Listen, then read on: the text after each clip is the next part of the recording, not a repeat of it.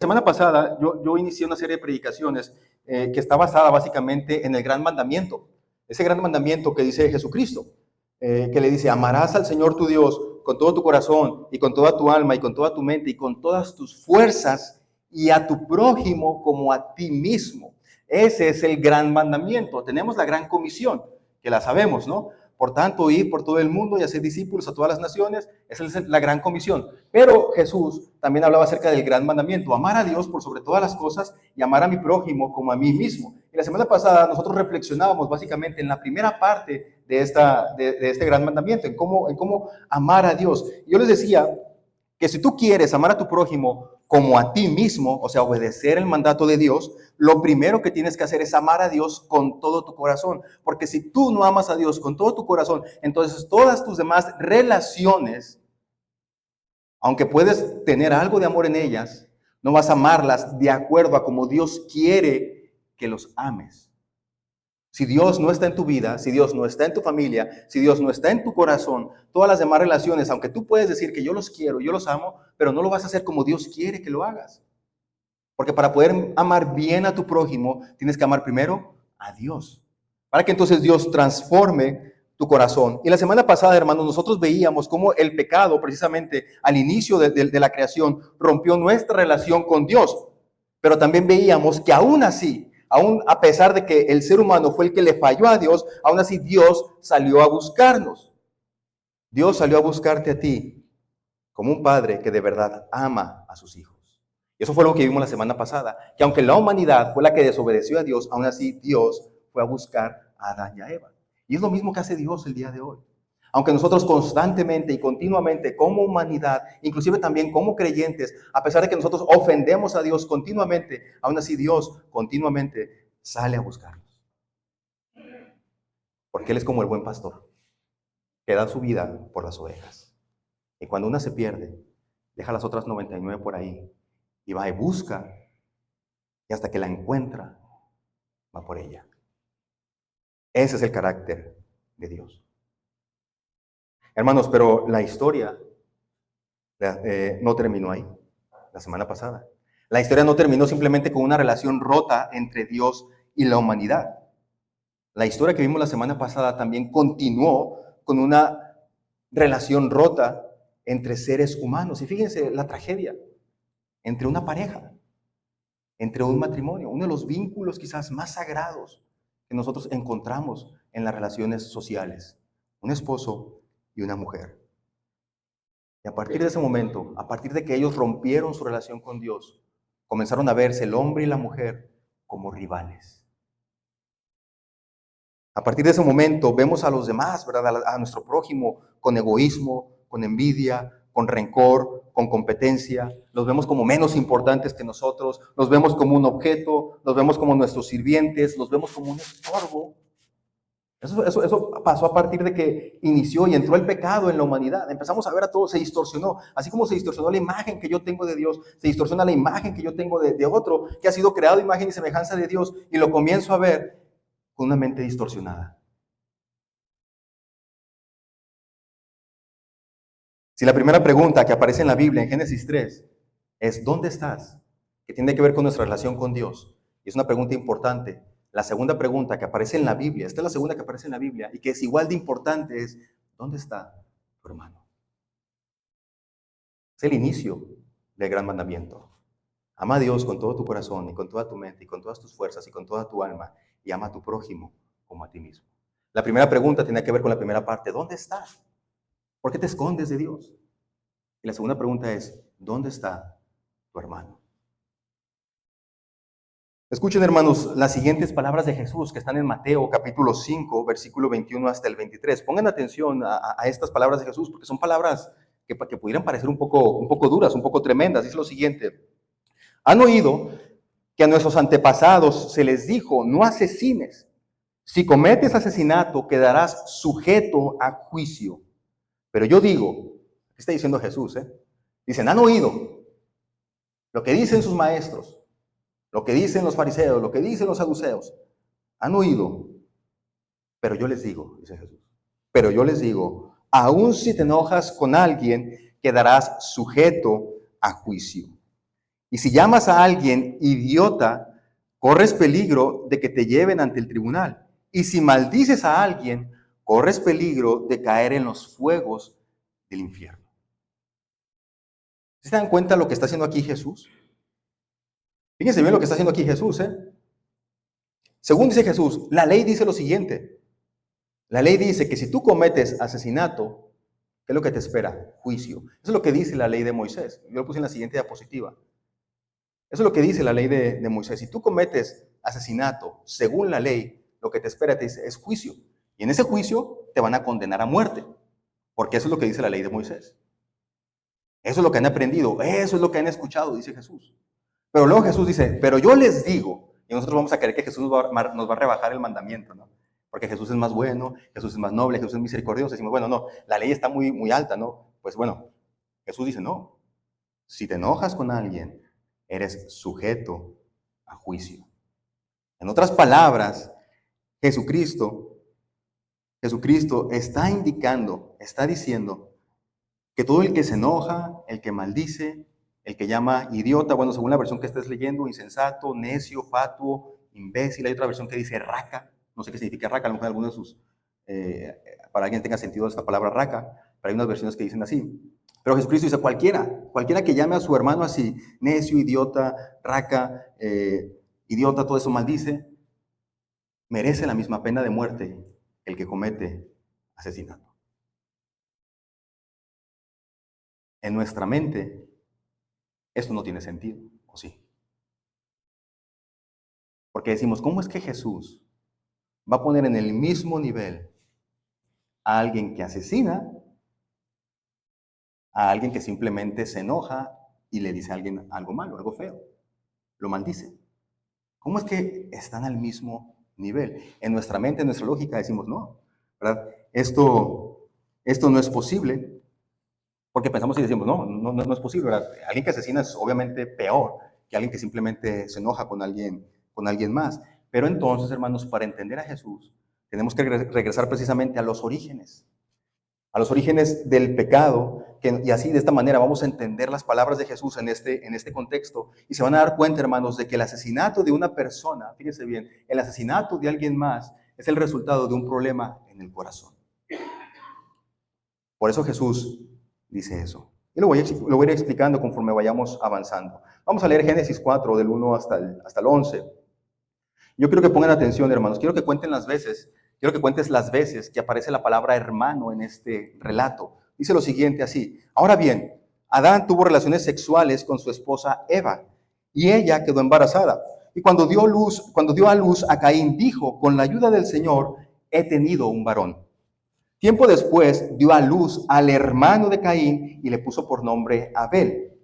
Y cuando crecieron, Abel se hizo pastor de ovejas, mientras que Caín se dedicó a cultivar la tierra. Al llegar el tiempo de la cosecha, Caín presentó algunos de sus cultivos como ofrenda para el Señor. Abel también presentó una ofrenda, las mejores partes de algunos de los corderos que eran primeras crías de su rebaño. El Señor aceptó a Abel y a su ofrenda, pero no aceptó a Caín ni a su ofrenda, y esto hizo que Caín se enojara mucho y se veía decaído. ¿Por qué estás tan enojado?, preguntó el Señor a Caín. ¿Por qué te ves tan decaído? Serás aceptado si haces lo correcto, pero si te niegas a hacer lo correcto, entonces ten cuidado. El pecado está a la puerta, al acecho y ansioso por controlarte, pero tú debes dominarlo y ser su amo. Y cierto día, Caín dijo a su hermano, salgamos al campo. Y mientras estaban en el campo, Caín atacó a su hermano Abel y lo mató. Y luego el Señor le preguntó a Caín, ¿dónde está tu hermano? ¿Dónde está Abel? No lo sé, contestó Caín. ¿Acaso soy yo el guardián de mi hermano? Pero el Señor le dijo, ¿qué has hecho? Escucha, la sangre de tu hermano clama a mí desde la tierra. Ahora eres maldito y serás expulsado de la tierra que se ha tragado la sangre de tu hermano.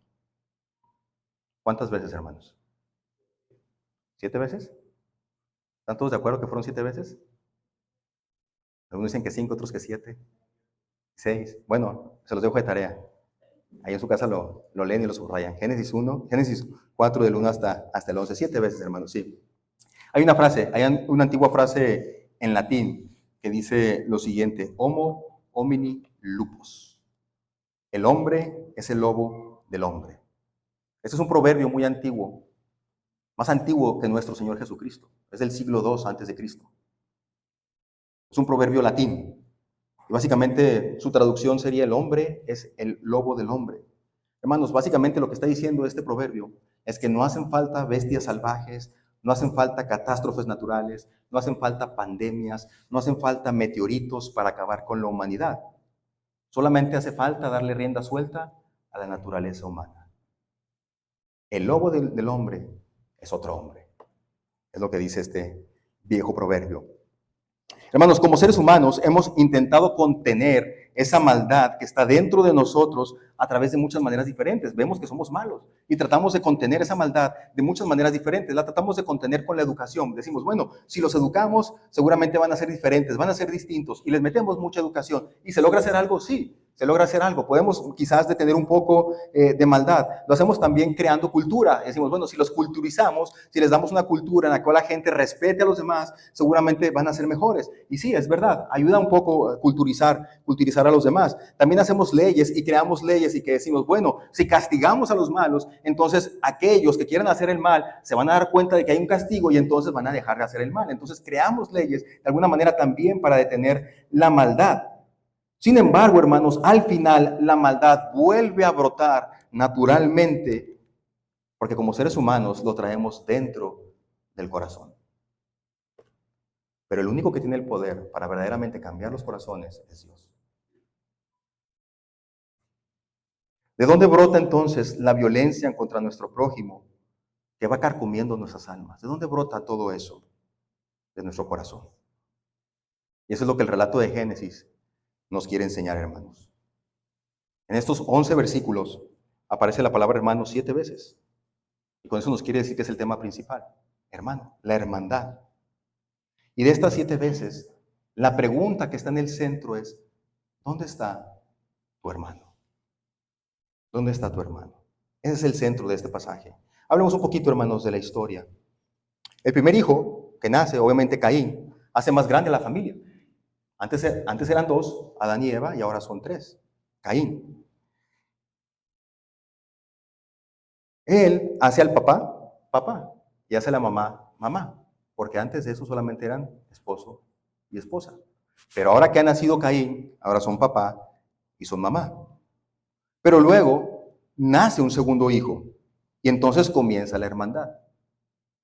Antes de Abel, Caín no era hermano de nadie, o quizás sí, pero según el relato bíblico, parece que no. Antes de Abel, Caín no era hermano de nadie. Y entonces, una vez que nace Abel, Abel ya nace como hermano y a la vez hace hermano a Caín. Porque Caín antes de esto no era hermano de nadie y ahora ya es hermano. Y entonces comienza la hermandad. Y si todos nosotros, fíjense bien, y si todos nosotros somos descendientes de Adán y Eva, en cierto sentido todos somos hermanos. Si todos descendemos de la misma pareja que Dios puso al inicio de la creación, en cierto sentido todos somos hermanos. Yo sé que algunos están pensando, ay, caray, voltean a ver a su esposa y se sorprenden, ¿no? Pero espero que me entiendan lo que quiero decir. En un sentido todos somos hermanos porque descendemos de la misma pareja. Y entonces, ¿qué significa? ¿Qué significa ser hermanos? ¿Qué significa la hermandad? Porque es algo nuevo. Es algo que no estaba antes de que naciera Abel. ¿Qué significa ser hermano? Y entonces yo quiero enfatizar estos 2 aspectos que encontramos en este texto, hermanos. En primer lugar, ser hermano de alguien más significa diversidad. Es lo primero que podemos encontrar, diversidad. Porque, hermanos, los hermanos provocan diversidad, rompen la uniformidad, están vinculados por una hermandad que ha de ser unidad en lo diverso, porque así lo quiso Dios. Pero, sin embargo, hermanos, Dios, fíjense bien, Dios no crea 2 seres iguales a pesar de que están hechos del mismo varón y de la misma mujer. O sea, a pesar de que nacen los 2, de Adán y de Eva, los 2 son distintos, los 2 son diferentes. Mismos genes, pero resultados distintos. Entonces, cuando comienza la hermandad, lo primero que comienza es la diversidad. Y yo creo que cada uno de nosotros, sobre todo los que somos padres, ¿no? y a lo mejor también los que tenemos hermanos y hermanas, yo creo que nos damos cuenta de que no somos iguales. Nuestros hijos no son iguales unos a los otros. Yo puedo claramente distinguir a mis hijos, inclusive yo he hablado de algunas de las características de ellos con ustedes. Y yo, bueno, por ejemplo, Jacob, que es mi hijo mayor, él es más introvertido, más penoso. Y el otro, el chiquito, Leví, ese es uno que se roba el corazón de todo el mundo, porque ese Leví trae una sonrisa. Y ese, al primero que le abre los brazos, el Leví va y se la avienta, ¿verdad? Como si nada. Son diferentes, son distintos. Son hijos los dos. Bueno, eso es lo que me dijo mi esposa, ¿es cierto? Sí. Del mismo varón y en la misma. Me va a regañar, ¿no es cierto? Son hijos los dos del mismo varón y de la misma mujer. Sin embargo, son diferentes. Y ahora, pues, Edén también completamente distinta a ellos. Dice el texto, hermanos, que cuando crecieron, Caín y Abel se hizo pastor de ovejas y Caín se dedicó a cultivar la tierra. Diferentes, distintos, gustos diferentes. Y al llegar el tiempo de la cosecha, Caín le presentó algunos de sus cultivos como ofrenda para el Señor. Abel también presentó una ofrenda, las mejores partes de algunos de sus corderos, que eran las primeras crías de su rebaño.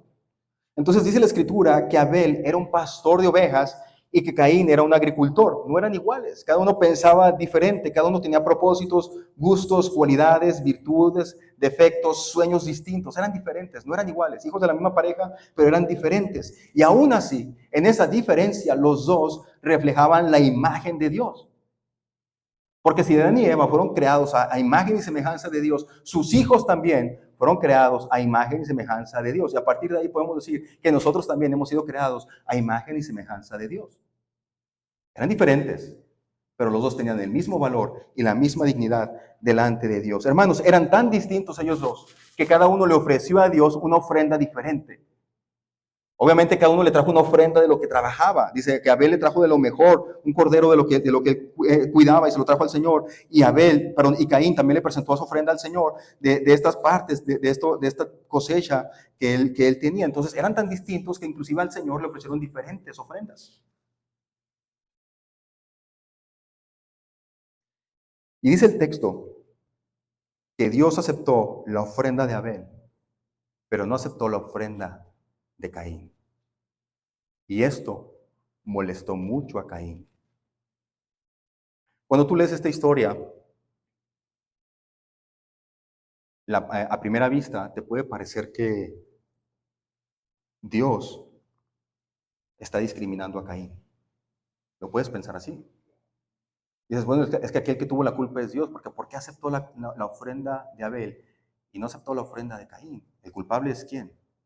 Es Dios. Podemos creer nosotros eso.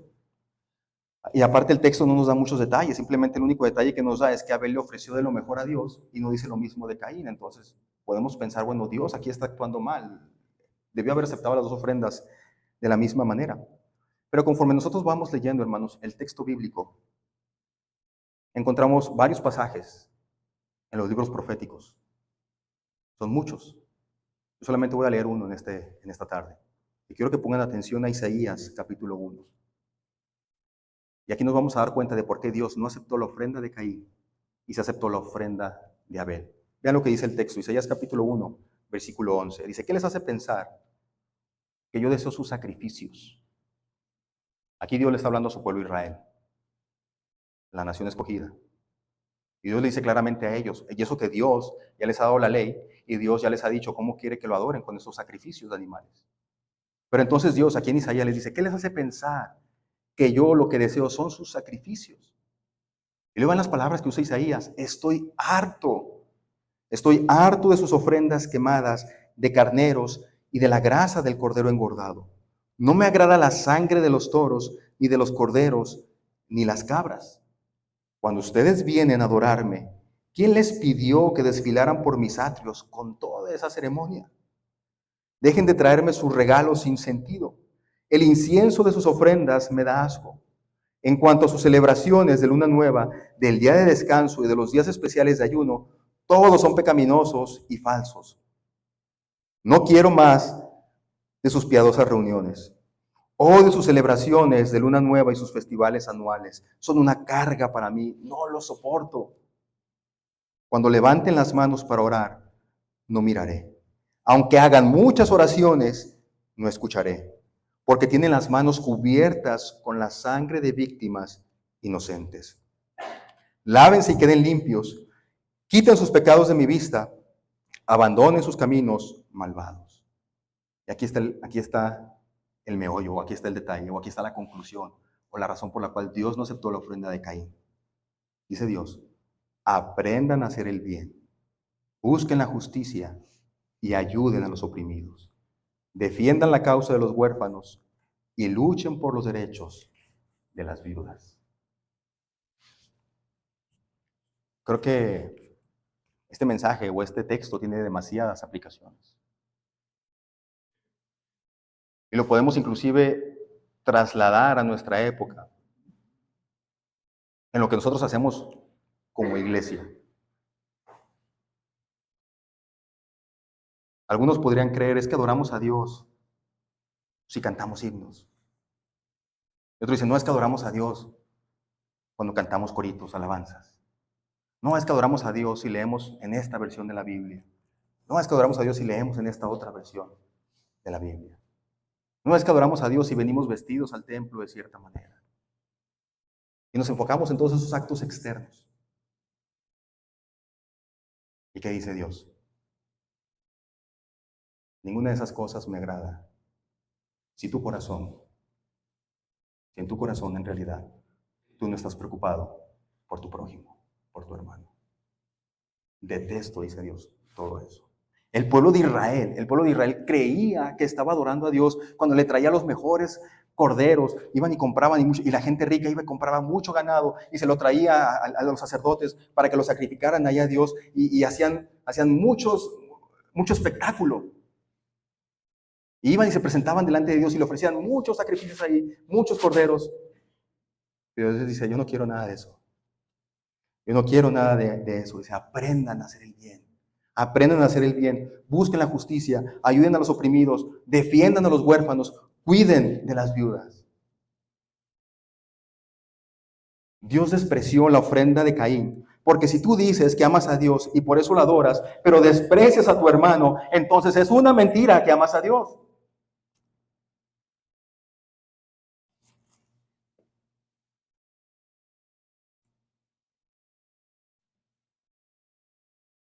¿Dónde estás? ¿Dónde está tu hermano? Pero Caín no acepta la diferencia con la que Dios trató a ambos. No la aceptó. Abel va con la actitud correcta delante de Dios, pero Caín no. Caín cree que él es el mayor. Caín cree que él merece ser aceptado porque él es el mayor. Caín cree que él tiene el derecho a decidir qué está bien y qué está mal, y no Dios. Así que a Caín se le antoja creer que lo que está haciendo Dios es discriminación. Y dentro del corazón de Caín comienza a crecer un disgusto que se vuelve rencor y después odio. Fíjense bien, Caín estaba enojado con Dios porque Dios no aceptó su ofrenda. ¿Con quién estaba enojado Caín? Con Dios. Sin embargo, en vez de culpar a Dios, ¿a quién culpó? A su hermano. En vez de ir con Dios y decirle, oye Dios, ¿por qué no aceptaste mi ofrenda? ¿Y por qué sí aceptaste la de Caín? Y la de Abel. En vez de hacer eso, empieza a sentir un disgusto por su hermano, una culpa. Caín siente que Abel le estorba. Caín siente que compite por el amor de papá. ¿Y si no hubiera nacido Abel? ¿Y qué tal si lo desaparezco? Comienza a pensar todas estas cosas Caín. Caín comienza a sentir nuevas emociones que antes no tenía, emociones que no comprende del todo bien, emociones que no sabe del alcance y la peligrosidad que tienen si las deja crecer. Y entonces comienza Caín a caminar ahí cabizbajo.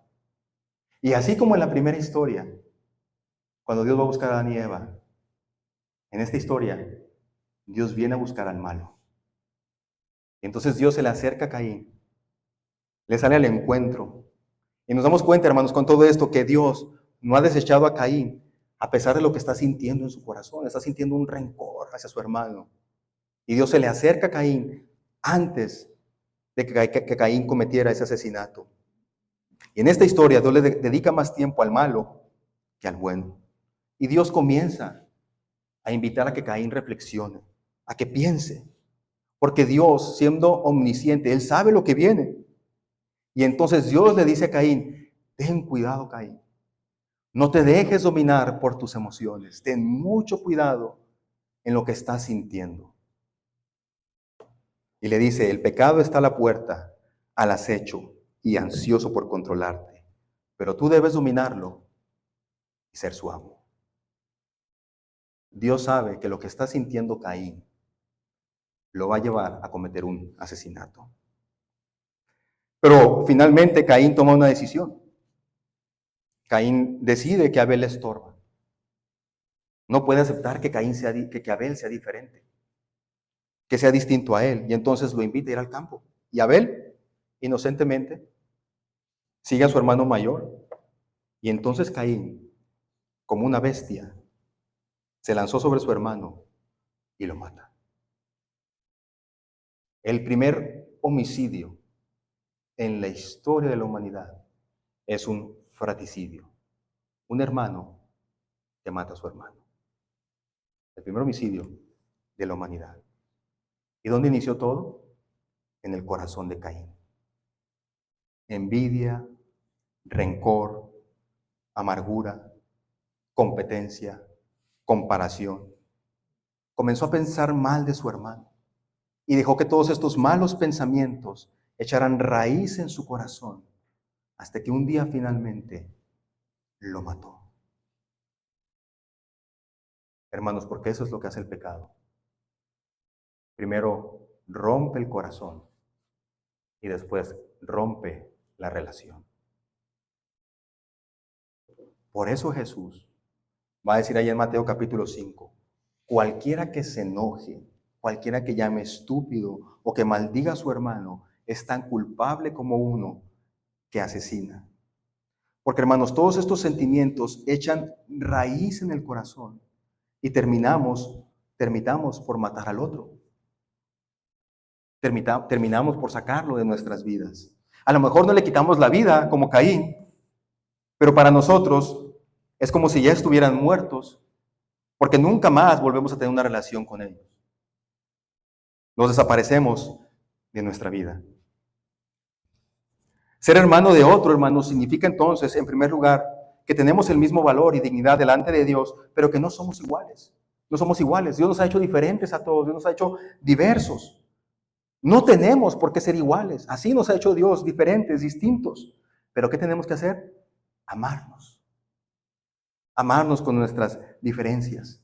Si todos somos descendientes de Adán y Eva, entonces todos somos hermanos. Yo quiero que pienses entonces aquí, en tu círculo cercano. Piensa en tu esposa, piensa en tus hijos, piensa en tus amigos, piensa en tus hermanos de sangre y en tus hermanos espirituales. Y yo te pregunto en esta tarde, ¿qué relación estás matando porque no puedes aceptar que sean diferentes que tú? ¿Qué relación estás asesinando? ¿Qué relación estás apagando porque no puedes soportar que el otro hermano sea diferente que tú?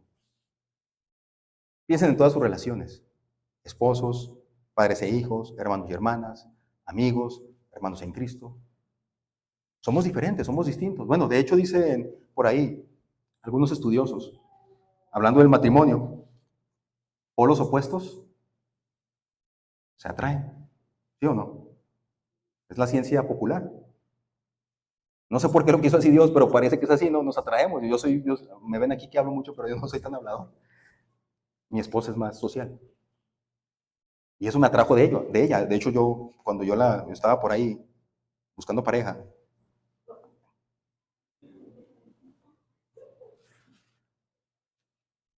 bueno, siempre uno como hombre tiene que decir que uno anda buscando, pero en realidad son ellas las que lo hacen con uno. Yo recuerdo que algo que me atraía de ella mucho era eso, que ella era muy abierta, muy social. Y yo no. Somos opuestos. Y en otros aspectos también somos bastante opuestos. Yo me duermo bien temprano y ella se duerme bien noche. Pero yo me levanto bien temprano y ella se despierta bien tarde. Bueno, los niños no la dejan. Pero somos distintos en esos aspectos. Por los opuestos atraen. Entonces somos diferentes, somos distintos. Pero a veces dentro del matrimonio uno quiere hacer que el otro sea como yo. Y nos olvidamos que lo que nos atrajo al principio fue precisamente esa diferencia, esa diversidad. Y olvidamos eso. Y Dios quiere que en esa diversidad nos amemos. Piensen en padres e hijos. A veces los padres cometemos el error, ¿verdad? Porque le damos preferencia a cierto hijo. Porque ese hijo se parece más a nosotros que el otro. Tiene nuestro carácter. Y nosotros tenemos que recordar que no. O sea, tenemos hijos que el Señor nos ha dado y que son diferentes, que son distintos. Y tenemos que amarlos por igual y que nuestros hijos sientan el amor por igual. Porque si no se generan todos estos traumas después en ellos. Pensemos en nuestros hermanos. Mis hermanos son diferentes a mí, son distintos. Piensan diferente que yo. Y tratamos, ¿verdad? Y a veces tenemos diferencias entre nosotros, pero bueno, son mis hermanos. Y los tengo que amar, mis amigos, mis amigas, mis hermanos en Cristo. Entonces yo te pregunto en esta tarde, en primer lugar, ¿qué relación estás matando porque no puedes aceptar que sean diferentes, que sean distintos? Dentro del matrimonio, muchas veces estamos juntos por los niños, pero la relación se va muriendo. Porque no podemos amarnos con nuestras diferencias. Número 2, hermanos. Entonces la primera característica que vimos aquí fue diversidad. El hecho de que Dios nos haya conseguido hermanos es que somos diferentes, somos distintos y tenemos que aprender a amarnos con estas diferencias. La segunda característica que vemos según el pasaje es responsabilidad. Responsabilidad. ¿Dónde está tu hermano?, le preguntó Dios a Caín. ¿Dónde está Abel? No lo sé, contestó Caín. ¿Acaso soy yo el guardián de mi hermano? Después de este fratricidio que cometió Caín, no sabemos cuánto tiempo, pero Dios se le acerca a Caín y le pregunta, ¿dónde está? ¿Dónde está tu hermano? Y Caín le dice, no lo sé. ¿Acaso soy yo el guardián de mi hermano? Hermanos, lo más grave en este caso no es la mentira de Caín. ¿Ustedes creen que Caín no sabía dónde estaba Abel? Se lo mató. Él sabe dónde lo dejó, quizás lo enterró, quizás lo dejó ahí en el campo, quizás lo escondió atrás de unos arbustos, pero él sabe dónde está Caín. Digo, ¿dónde está Abel? Caín sabe dónde está Abel. Entonces, lo más grave en este caso no es la mentira de Caín. Por supuesto que él sabe dónde está su hermano. Lo más grave es que él se niega a ser el protector de su hermano. ¿Acaso soy yo el guardián de mi hermano? Ahora yo les pregunto, ¿Dios sabía dónde estaba Abel? Sí, Dios sabía dónde estaba Abel, por supuesto que Dios lo sabía. Entonces, cuando Dios le está preguntando a Caín por Abel, es porque Dios quiere que Caín se dé cuenta de que en realidad él sí es responsable de su hermano. Sí lo es. Por eso le pregunta, ¿dónde está tu hermano?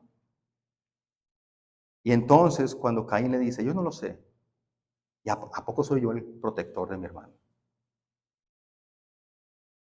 Leemos que Dios se turba con la respuesta de Caín. Su alma tiembla. Y le dice, ¿qué has hecho, Caín? La sangre de tu hermano clama a mí desde la tierra. Caín no se había dado cuenta, pero lo que acaba de hacer ha abierto la puerta a algo peor, porque ha cometido asesinato, el primer asesinato de la humanidad. Le ha quitado la vida a otro ser humano creado a imagen y semejanza de Dios. Ha mostrado un desprecio por la vida de otro ser humano. De ahora en adelante, Caín va a ser más tolerante con el pecado. Hermanos, nosotros no podemos minimizar el potencial destructivo del pecado. No lo podemos hacer. A veces creemos, un poquito de pecado, no pasa nada. Ya le pediré perdón a Dios. Y dejamos que así vaya el pecado, poco a poquito, entrando en nuestras vidas, poco a poquito. Es como un vicio, como las drogas. Mientras más las vas tomando, tu cuerpo se va volviendo más tolerante y necesitas una dosis mayor. Así es el pecado. Dejas entrar poquito y luego el siguiente pecado que es un poquito más grande, pero como ya estás acostumbrado al otro, dices, bueno, un poquito más que le hace. Un poquito más, no importa. Un poquito más, un poquito más, un poquito más. Y después hay un punto, hermanos, en el que probablemente ya no hay vuelta para atrás. Por eso Dios, por decirlo de alguna manera, se asusta con la respuesta de Caín. Porque ha llegado a un punto en el que quizás ya no hay vuelta para atrás en él. ¿Qué has hecho, Caín? O sea, ¿no te has dado cuenta de lo que acabas de hacer? ¿Dónde viste este ejemplo? Generalmente a nuestros hijos le decimos, ¿quién te enseñó eso cuando lo vemos haciendo algo malo, no? Porque decimos, alguien se lo tuvo que haber enseñado. Y entonces, pero aquí Caín, ¿qué ejemplo pudo haber visto? Ninguno. Entonces Dios se turba y le dice, ¿qué has hecho, Caín? ¿Te has dado cuenta de lo que acabas de hacer? Has dejado que el pecado te domine y de ahora en adelante el pecado va a ser tu dueño. Cuando Caín pregunta, ¿soy acaso el guardián de mi hermano? Solamente hay una respuesta válida. Sí, por supuesto que sí, es tu hermano. Y no solamente es tu hermano menor. Lo debes de proteger. ¿Verdad? De alguna manera, Caín, por el simple hecho de ser el mayor, está obligado a proteger a su hermano menor. Pero Caín se niega a aceptar su puesto y su función de hermano. Y por eso Dios expulsa de su presencia a Caín. El que dice que ama a Dios, pero aborrece a su hermano, dice Juan, es un mentiroso. El que dice que ama a Dios, pero odia a su hermano, es un mentiroso. Entonces, hermanos, ser hermano nos compromete a ser responsables unos de otros. Sea yo el mayor o sea el menor. Tenga yo más o tenga yo menos. Y si todos somos hijos de Adán y Eva, entonces todos somos hermanos. Se cuenta, hermanos, una vieja historia de una mujer que tenía 2 hijos. Por cuestiones de la vida, esta mujer enviudó. Entonces tuvo que criar sola ella a sus hijos. Por mucho tiempo estos hijos, estos hermanos, fueron los mejores amigos. Iban a la misma escuela, se cuidaban uno al otro, jugaban todo el tiempo juntos, se contaban todas sus cosas, salían juntos. Cuando crecieron, ellos eligieron carreras diferentes, carreras distintas. Uno fue un abogado exitoso y el otro fue un buen doctor. Se casaron, tuvieron sus esposas, sus hijos, pero nunca dejaron ellos de convivir. Iban de viaje juntos como familia, se llevaban a la mamá, hacían planes todos juntos, iban todos juntos, el hermano y la hermana, los 2 hermanos con sus esposas, con sus hijos, junto con su mamá. Todos los fines de semana se juntaban en la casa de su mamá, convivían, pasaban una buena tarde, pero un día uno le hizo algo al otro que lo molestó mucho. Y a partir de ese día se dejaron de hablar, se dejaron de relacionar. Ahora cada vez que iban a visitar a su mamá, primero llamaban para preguntarle a su mamá, mamá, ¿está aquel? Sí, hijo, aquí está. Luego voy. Tiempo después la mamá se enfermó gravemente y los doctores le dijeron que a ella solamente le quedaban 3 meses de vida. Una noche se le apareció un ángel y le dijo, Dios te quiere conceder un deseo, pero tú tienes que escoger 10 años más de vida para que veas crecer a tus nietos o que la relación de tus hijos se arregle. ¿Qué creen que escogió la mamá? No me tienen que responder, pero yo sé que en su mente y en su corazón saben que escogió la mamá. Y se dan cuenta de que instintivamente, en el fondo de nuestro corazón, nosotros sabemos que las relaciones personales son más importantes que inclusive la vida personal. Lo sabemos porque Dios ha puesto esto en nuestro corazón. Sabemos que 2 personas que están peleadas no pueden estar así.